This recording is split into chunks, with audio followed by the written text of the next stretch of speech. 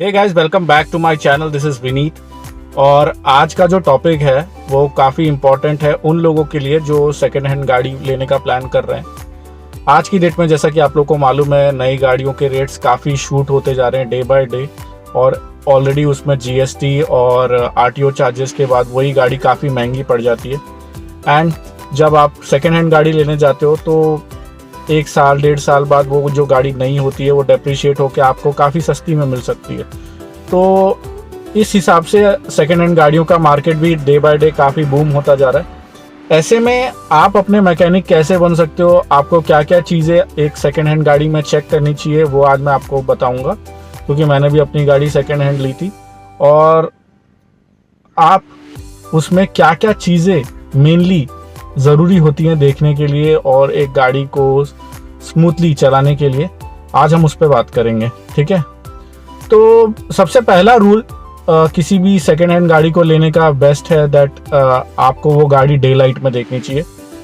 कोई मैटर नहीं करता, अगर आपका बहुत अच्छा दोस्त भी आपको सेकेंड हैंड गाड़ी दे रहा है ना, तो भी आपको उसको डे लाइट में ही देखनी चाहिए। जो आपने देखी होगी उसके गाड़ी में शायद आप बैठे भी होगे, बट आपने कभी उस गाड़ी को वैसे नोटिस नहीं किया होगा बिकॉज आपका तब लेने का कोई इंटेंशन नहीं था।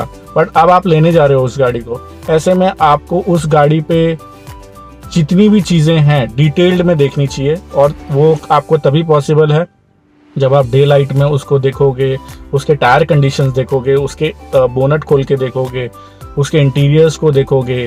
क्योंकि सामने वाले ड्राइवर ने कैसे ड्राइव किया होगा उस गाड़ी को कोई नहीं जानता। रैश ड्राइविंग किया होगा, ऑफ रोडिंग किया होगा, नॉर्मल इकोनॉमी मोड पे चलाया होगा, स्पोर्ट्स मोड पे चलाया होगा, कैसे भी चलाया होगा।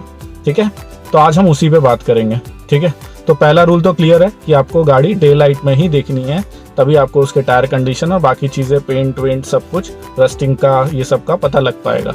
ठीक है, और दूसरी चीज़ अब हम गाड़ी के बाहर निकल के बात करते हैं। सो गाइस, फाइनली मैं आ गया हूँ गाड़ी के बाहर।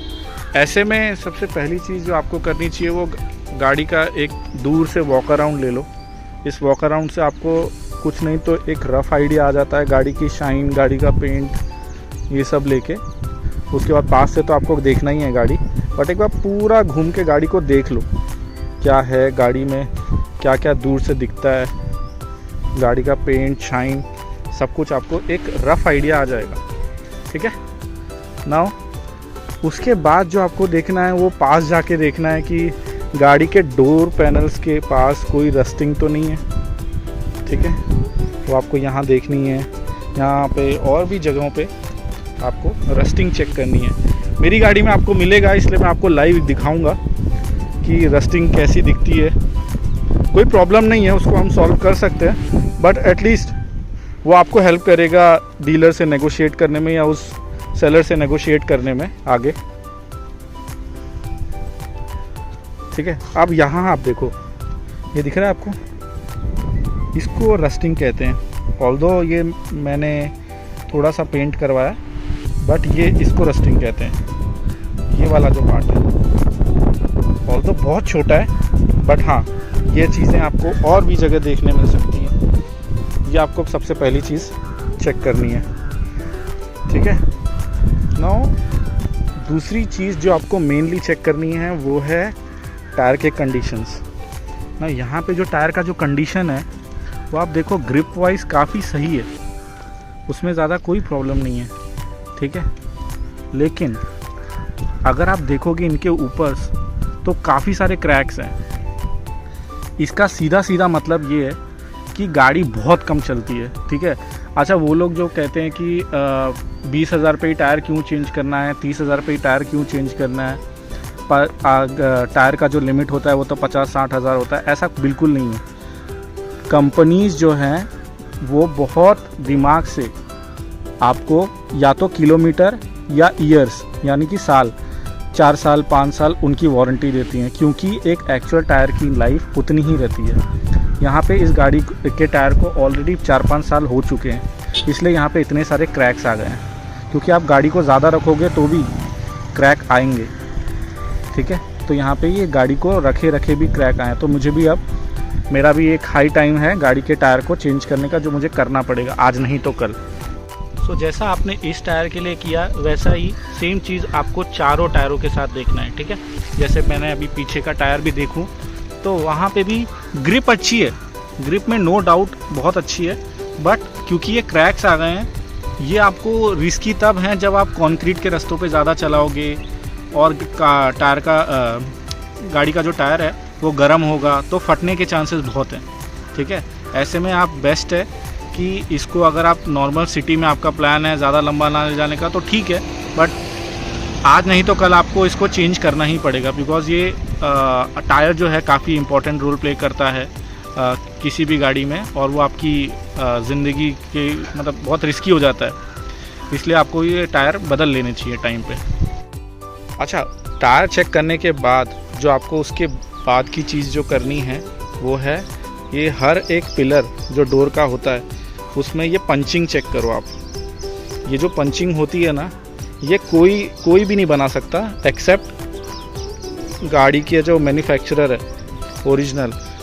इसका ये शो करता है कि यहाँ पे कोई रस्टिंग नहीं है, एज वेल एज गाड़ी एक्सीडेंटल नहीं है। ये आपको पूरा रबर निकाल के चेक करना चाहिए, ना सिर्फ एक डोर का, बाकी सारे डोर का। तो यहाँ देखोगे आप, यहाँ बराबर है। अभी मैं साइड का दिखाता हूँ आपको, यहाँ से भी ये देखो, ये पूरा जो पंचिंग है ये कंपनी से लग के आता है। ये यही मेक श्योर करता है कि आपकी गाड़ी एक्सीडेंटल है या नहीं। और मैंने एक गाड़ी देखी थी जिसमें ये वाला जो पार्ट है ये भी रस्टिंग था। ऐसी गाड़ियों को आप बिल्कुल मत लें, बिकॉज़ वो आज नहीं तो कल आपकी पूरी गाड़ी पे इम्पैक्ट डालेगा। ये जो रबर होते हैं ये सब काम करते हैं हमारे पानी के फ्लो के लिए भी, ठीक है। हमारा पानी का फ्लो यहीं से निकलते निकलते ये देखो आप नीचे गिर जाता है गाड़ी के, ठीक है। तो ये जो रबर है इसके नीचे आप पंचिंग चेक करो, और उसके नीचे आप ये भी चेक कर सकते हो, यहाँ पे तो कोई रस्टिंग नहीं है, ठीक है। हम गाड़ी की टेस्ट ड्राइव लेंगे, बट पहले हम बाहर से अश्योर होना चाहते हैं कि गाड़ी बाहर से सही है या नहीं, ठीक है। तो ये हो गया एक डोर का। ऐसे मैं पीछे का डोर भी एक बार दिखा देता हूँ आपको। जैसे पीछे का भी डोर होगा तो सेम ऐसी ही पंचिंग आपको दिखेगी हर जगह। ये जो है ये प्रूफ है इस चीज़ का दैट गाड़ी एक्सीडेंटल भी नहीं है और रस्टिंग भी नहीं है, ठीक है। आपको ये चारों डोर के लिए चेक करना है कि सब में पंचिंग बराबर है, कोई रस्टिंग तो नहीं है। उसके बाद जो नेक्स्ट स्टेप है वो है गाड़ी का इंजन। नाउ हम पहले इंजन खोलेंगे, तो बोनट मैं ओपन कर लेता हूँ। गाड़ी का जो आपने ये चेक किया पंचिंग सारे, उसके बाद आपको एक चीज़ डोर्स में और भी चेक करनी है, वो है ये सील। अगर आप देखोगे तो ये जो सील लगी रहती है ये कॉर्नर्स पे रहती है, ठीक है। ये सील बताती है कि आपके दरवाजे चेंज हुए हैं या नहीं हुए, क्योंकि अगर कोई बंदा नया भी दरवाज़ा लेगा कंपनी से तो भी उसको ये सील नहीं लग के आएगी, क्योंकि ये सिर्फ और सिर्फ एक बार कंपनी जब गाड़ी नई बनाती है तभी ये सील लग के आती है। उसके बाद जो आपको नए दरवाजे मिलते हैं उसमें ये सील नहीं लगे होंगे, ये ओपन रहेगा, ठीक है। तो ये सील आपको चारों दरवाज़ों की चेक करनी है। जैसे मैंने यहाँ पे दिखा रहा हूँ आपको, एक सेकंड थोड़ा और जूम करके बताऊँगा। ये जो दिख रहा है ये सील होता है, ठीक है। ये आपको चारों दरवाज़ों में चेक करना है। मैं एक बार दूसरे दरवाजे में भी दिखाता हूँ। ये आप देख रहे हो, ये कवर्ड है, ठीक है। इसको सील कहते हैं। इसको आप नाखून से दबाओगे तो थोड़ा हल्का हल्का दबेगा भी। तो ये जो है ये बहुत इम्पोर्टेंट है कि आपकी गाड़ी साइड से एक्सीडेंटल है या नहीं चेक करने के लिए। उसके बाद मैंने बोनट खोल लिया है। यहाँ पे अगर आप चेक करोगे तो आपको सबसे पहले इंजन देखना है। इंजन से तो खैर आपको इंजन स्टार्ट करना है पहले, वो इंजन मैं स्टार्ट करता हूँ। बट बिफोर दैट आप ये चेक करो, यहाँ से गाड़ी को अगर कोई मार लगी होगी तो ये कहीं ना कहीं थोड़ा डैमेज होगा, अंदर गया होगा, ठीक है। ये भी आपको कॉर्नर पे देखना है। इंजन के अंदर अगर आप देखोगे तो आपको कुछ वहाँ अंदर तो रस्टिंग नहीं दिख रही है, ठीक है। अब यहाँ देखो ये भी सील लगा हुआ है कंपनी का। इस चेजिस नंबर को ज़रूर आप जो डोर का जो साइड ड्राइवर साइड का डोर होता है उससे कंपेयर कर सकते हो, ठीक है। ये आपको कंपेयर करना है।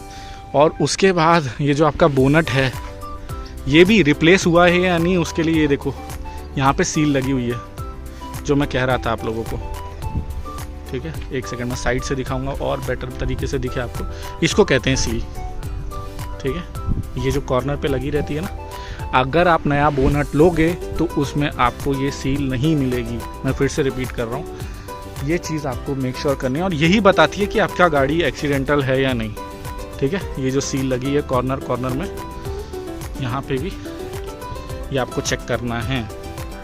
उसके बाद अब मैं गाड़ी स्टार्ट करता हूँ। तो मैंने अभी गाड़ी स्टार्ट कर ली है। गाड़ी स्टार्ट करते ही आपको सबसे पहले चेक करना है कि ये निकाल के इंजन ऑयल, और उसके बाद चेक करो गाड़ी का इंजन ऑयल बाहर तो नहीं आ रहा है उड़ के।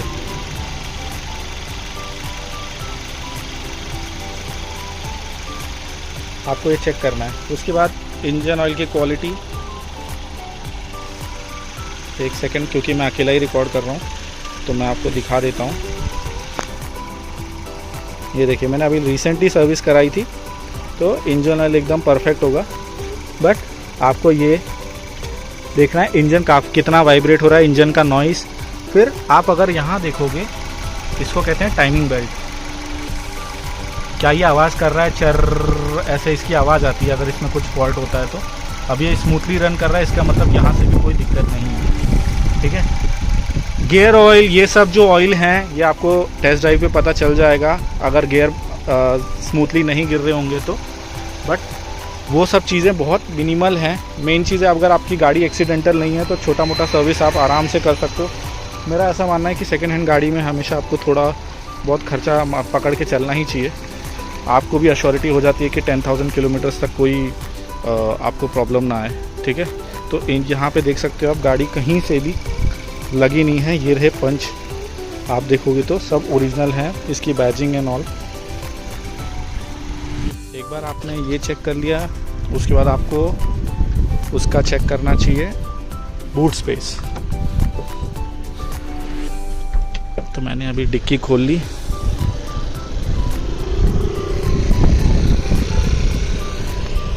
डिक्की में आपको देखते हैं क्या क्या देखना है। सबसे पहले तो कॉर्नर साइड्स डिक्की के चेक कर लो आप। ये देखो मैं जो कह रहा था सील, वो आपको डिक्की पे भी मिलेगी। ये है ओरिजिनलिटी की पहचान कि गाड़ी को पीछे से भी किसी ने अभी तक हिट नहीं किया है, और ये वापस रिप्लेस होने पे ये सेम सील नहीं लग के आती, इसीलिए ये चेक करना बहुत ज़रूरी है।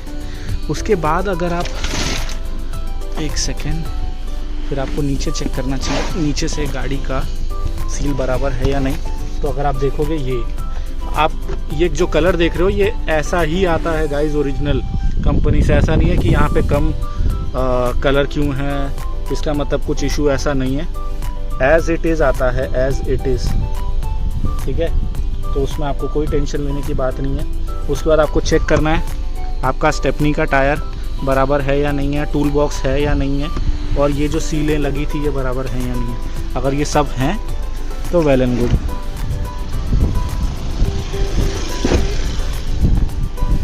तो ये तो हो गया आपका एक्सटीरियर का पार्ट। अब हमें जो चेक करना है वो है इंटीरियर। तो चलो अंदर बैठते हैं। सो गाइस, बाहर का जो लास्ट पार्ट था वो रह गया था, वो था गाड़ी का हेडलाइट चेक करना, इंडिकेटर चेक करना।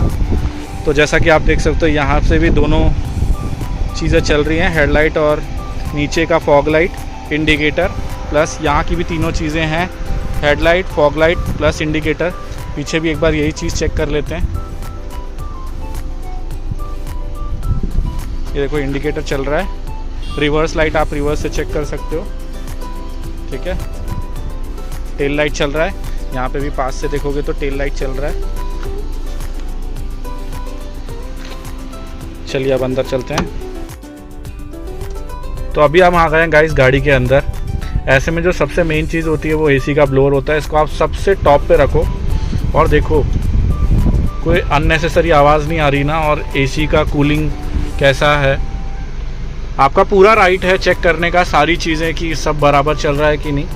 ऐसे में मेरे केस में एसी का समझो ब्लोअर अगर बराबर चल रहा है, उसके बाद आप म्यूज़िक सिस्टम चेक करो, आपके स्टीयरिंग पे जितने भी कंट्रोल्स हैं वो चेक कर लो, प्लस हो रहा है या नहीं, प्लस शो कर रहा है। अगर मैं प्लस बटन दबा रहा हूँ, माइनस बटन दबा रहा हूँ तो माइनस हो रहा है या नहीं। अगर मोड में देख रहा हूँ यहाँ से प्रेस करके तो हो रहा है क्या, तो ये भी काम कर रहा है। म्यूट करना है तो म्यूट का वहाँ पे आप देख सकते हो सिग्नल आ रहा है म्यूट, ठीक है। और ये ब्लूटूथ का ऑप्शन है, ये कॉल रिसीव का, कॉल का डिस्कनेक्ट करने का, ये सारे ऑप्शंस तो आपको जब कॉल आएगा तब पता चल जाएगा। और किलोमीटर्स आप जितना लिखा था डीलर ने, क्या वो वाकई में उतना है, ये आप यहाँ से मैच कर लो, ठीक है। रनिंग कितनी है, माइलेज कितना है, सब कुछ। और कम से कम 5 मिनट गाड़ी को स्टार्ट रखो जिससे पता चले गाड़ी हीट तो नहीं हो रही। और वो आपको कॉर्नर पे जो छोटा सा मीटर है वहाँ पता चल जाएगा, अगर रेड पे चला जाएगा एच पे, इसका मतलब गाड़ी हीट हो रही है। और ये आपको 5-10 मिनट तो गाड़ी चालू करके उसके अंदर ही बैठो आप, और एसी चालू करके बैठो, कोई प्रॉब्लम नहीं है, बट आपको पता लगना चाहिए कि गाड़ी एक्चुअल में हीट हो रही है या नहीं, ठीक है। उसके बाद आपको पीछे और आपकी सीट, आपके सारे चीज़ें जो साइड के हैं, अंदर के जो कंट्रोल्स हैं, ये आपको चेक करने हैं। विंडो अगर मैं प्रेस कर रहा हूँ तो विंडो नीचे आ रहा है या नहीं। सेम चीज़ अगर मैं वहाँ का प्रेस कर रहा हूँ तो आ रहा है या नहीं। ये सारी चीज़ें बेसिक हैं जो आप चेक कर सकते हो। और एक टेस्ट ड्राइव लो। टेस्ट ड्राइव आप मेक श्योर करो कि कम से कम 2-3 किलोमीटर जितने का हो सके लो, बिकॉज आपको 100 या 200 मीटर में कुछ आइडिया नहीं लगेगा गाड़ी का कंडीशन कैसा है या क्या है, और गाड़ी कोई जर्क दे रही है या नहीं, या ब्रेक बराबर लग रहे हैं या नहीं। आपको अगर सही चाहिए तो मतलब सही मायने में गाड़ी चेक करनी है तो आपको कम से कम 2 किलोमीटर चेक करना है। और बेटर है अगर खाली रोड मिल जाए आपको, कोई हाईवे जहाँ पे आप थोड़ा भगा के भी दिखाओ गाड़ी की अच्छे से पिकअप ले रही है या नहीं, वो सब ना। ये सारी चीज़ें होने के बाद जब आपको लगता है कि ये सारे चेक बॉक्स टिक हो गए हैं, गाड़ी सही मायने में बहुत अच्छी है, फिर आप डीलर से बात करो। आपको जो सबसे पहली चीज़ लगेगी वो हो इसकी सर्विस हिस्ट्री। कोई प्रॉब्लम नहीं अगर बंदा बाहर से सर्विस कराता होगा, बट लास्ट कंपनी में कब हुई, आपको कंपनी में भी चेक करना चाहिए कि गाड़ी का कोई डैमेज हुआ है या नहीं, और वो उससे वजह से गाड़ी के दरवाजे या कोई भी पैनल रिप्लेस हुआ है। प्लस आप गाड़ी का ओरिजिनल आरसी ज़रूर मांगो। वो ओरिजिनल आरसी अगर बोलेगा कि मैं आपको दिला दूंगा जब आप गाड़ी का टोकन डाल दोगे, नहीं, आपको ओरिजिनल आरसी पहले देखना है गाड़ी का। डीलर्स काफ़ी चालू होते हैं कई महीने में, कुछ सबकी नहीं बात कर रहा मैं, कुछ लोगों की जो गाड़ी के आरसी रख के एनबीएफसी से लोन ले लेते हैं। मेरे पास इसका एक लाइव एग्जांपल है मेरे दोस्त के थ्रू, जहाँ पे उसके आरसी पे किसी डीलर ने लोन ले लिया और आगे चल के उसको बहुत प्रॉब्लम आई, क्योंकि उस एनबीएफसी कंपनी ने रियल ओनर जो बाद में बना उसको बहुत कॉल करके हैरेस किया। थर्ड चीज़, गाड़ी की चाबी एक तो आपको दी है, दूसरी उसके पास स्पेयर की है या नहीं, होनी चाहिए। आप ऐसी ही गाड़ी देखो जिसमें दूसरी चाबी भी हो। दिल्ली या मुंबई जैसी जगह में जहाँ पे दूसरी चाबी का ना होना, वो चाबी किसके पास है आपको नहीं पता, क्योंकि आप सेकेंड हैंड गाड़ी किसी से ले रहे हो, तो वो प्रॉब्लम दे सकता है आपको, ठीक है। तो आप ऑल्दो आप बनवा सकते हो 3-4 हज़ार, मतलब सेंसर वाली आपको 4-5 हज़ार की बन जाएगी, depending upon the car. Toyota की गाड़ियों के तो और महंगी बनती हैं।